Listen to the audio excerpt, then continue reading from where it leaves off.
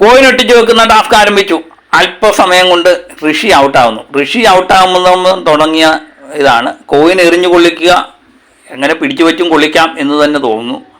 ഏതായാലും നമ്മുടെ പവർ ടീമിന് വേണ്ടി ബിഗ് ബോസ് തയ്യാറാക്കിയ ഒരു ടാസ്ക് ആയിട്ട് എനിക്ക് തോന്നി. കാരണം ഗബ്രിക്കായാലും ശരണിക്കായാലും നമ്മുടെ മുടിയനായാലും ഓടി രക്ഷപ്പെടാൻ ശ്രമിക്കും. പക്ഷേ മറ്റു 3 പേർക്കും മറ്റേത് ടീമിൻ്റെ ജാസ്മിനായാലും ജിൻഡോയ്ക്കായാലും അൻഫിബയ്ക്കായാലും ഓടാൻ ഇച്ചിരി ബുദ്ധിമുട്ടുണ്ട്. അത് പക്ഷേ അവരെ സംബന്ധിച്ച് ഭയങ്കര റിസ്ക്കാണ്. അപ്പോൾ അവർ അവലംബിച്ച ഒരു മാർഗ്ഗമാണ് പിടിച്ചു വെക്കുക, എന്നിട്ട് ഒട്ടിച്ചിട്ട് പോവുക. ബസർ അമർത്തുമ്പോൾ ആരുടെ കയ്യിലാണോ കോയിനുള്ളവർ അവരൗട്ടാവുക. അങ്ങനെ ഋഷിയെ പിടിച്ചു വെച്ച് കോയിനിട്ടിച്ചു. പക്ഷേ ബസർ അമർത്തുമ്പോൾ ഋഷിയുടെ കയ്യിലായിരുന്നു കോയിൻ. അങ്ങനെ ഋഷി ഔട്ടാവുന്നു. അതിനുശേഷം ഗബ്രി പൂരിഞ്ഞമായ ഒരു മഫിലൊക്കെ പെരുപ്പിച്ച് ഞാനിപ്പോൾ കാണിച്ചു തരാം എന്ന് പറഞ്ഞുകൊണ്ട് ഇരിക്കുന്ന ഗബ്രിയാണ് പിന്നെ കാണുന്നത്. ജാസ്മിനുമായിട്ട് കൂട്ടി വെച്ചു. അതാണ് ഗബ്രി ഇത്രമേൽ ദേഷ്യപ്പെടുത്തി എന്നത് തോന്നുന്നു.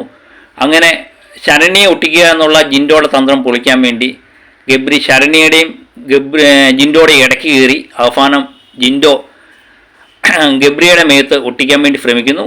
ആ ഒട്ടിച്ച ജിൻഡോയെയും കൊണ്ട് ഗബ്രി താഴേക്ക് വീഴുകയാണ്. അങ്ങനെ പിന്നെ എല്ലാ സംഭവമാണ് നമ്മൾ കണ്ട സംഭവം തന്നെ. നമ്മുടെ ഗബ്രി അതിൻ്റെ ഇടയ്ക്ക് എന്തൊക്കെയോ പറയുന്നുണ്ട്. ശ്വാസം എല്ലാവരും കൂടെ പിടിച്ചു മാറ്റുന്നു, ശ്വാസം മുട്ടുന്നു എന്ന് പറയുന്നു. അങ്ങനെ ഭയങ്കര ഒരു സീനാക്കി.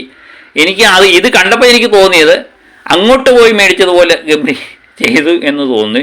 പ്രത്യേകിച്ച് ഗബ്രി ഭയങ്കര ദേഷ്യത്തിലായിരുന്നു. ആ ദേഷ്യം ജിൻഡോയുടെ മണ്ടയ്ക്ക് തീർക്കാമെന്ന് വിചാരിച്ചു.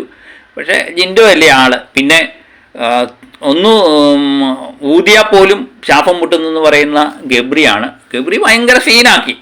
അതാണ് ഇപ്പം ലൈവ് നടത്തുകൊണ്ടിരിക്കുന്നത്. അപ്പം എല്ലാവരും ചാനൽ കാണുന്ന എല്ലാവരും ഒന്ന് സബ്സ്ക്രൈബ് ചെയ്യുക, ലൈക്ക് ചെയ്യുക, കമൻറ്റ് ചെയ്യുക. ഓക്കെ, മറ്റൊരു വീഡിയോ ആയിട്ട് വീണ്ടും എത്താം.